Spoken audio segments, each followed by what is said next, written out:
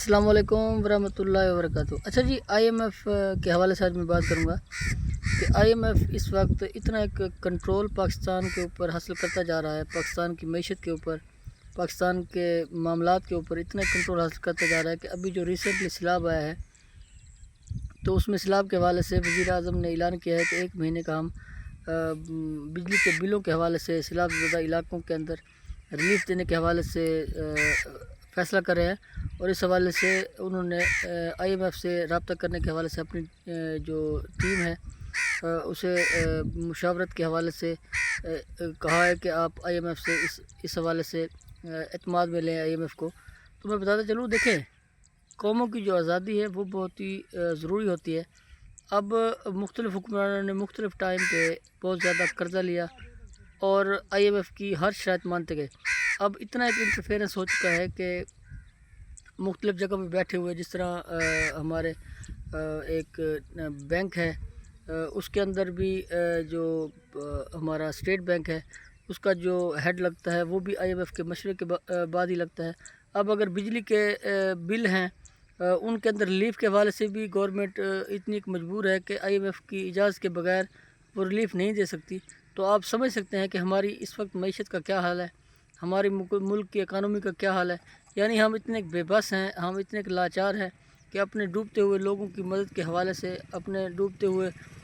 सैलाब के अंदर डूबते हुए लोगों को मदद के हवाले से, उनकी हेल्प के हवाले से हमें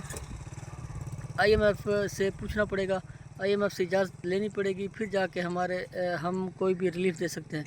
अगर आईएमएफ ने इनकार कर दिया तो हम सैलाब मुतासरीन की किसी भी हवाले से हेल्प नहीं कर सकते, या जो बिलों के अंदर रिलीफ देने के हवाले से वज़ीर-ए-आज़म साहब सोच रहे हैं वो नहीं दे सकते। तो मैं समझता हूँ कर्ज़ा इतना लेना चाहिए जहाँ पे आपकी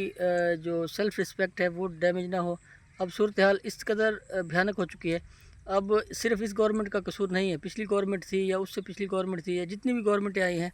उन्होंने कर्ज़ा लिया है और आईएमएफ की मनमानी शराइत के ऊपर लिया है। वापसी करने के हवाले से किसी ने भी नहीं सोचा और मुसलसल कर्ज़ा लेते गए। अब ये पोजीशन आ गई है कि वो इंटरफेयर कर रहा है आईएमएफ हमारे हर मामले के अंदर। हालांकि होना तो ये चाहिए कि जिस तरह हम बैंकों से कर्ज़ा लेते हैं तो हमारी मर्ज़ी होती है, हम उसको जैसे भी इस्तेमाल करें। हम अपना कर्ज़ा जैसे ही रिटर्न करते हैं, जो भी हमने चीज़ रेंट रखवाई होती है, ज़मीन रखवाई होती है या जेवर रखवाया होता है, सोना वगैरह, वो हम छुड़वा लेते हैं। लेकिन आईएमएफ के यहाँ अगर हमने सब कुछ अपना गिरवी भी रखवा रहे हैं लेकिन उसके बावजूद भी हम कुछ भी नहीं कर पा रहे, मईशत के अंदर कोई भी फ़ैसला करना हो, किसी भी हवाले से अवामी रिलीफ देना हो, तो उसमें आईएमएफ को इंटरफेयर करवाना पड़ता है, उससे इजाज़त लेनी पड़ती है, फिर जाके हम कोई भी फ़ैसला ले पाते हैं। तो इस हवाले से मैं समझता हूँ कि हमें कर्ज़े से जान छुड़ानी चाहिए, मुल्क को खुशहाली की तरफ लेके जाना चाहिए, मुल्क को तरक्की की तरफ लेके जाना चाहिए। इस तरह से अगर मुख्तलिफ़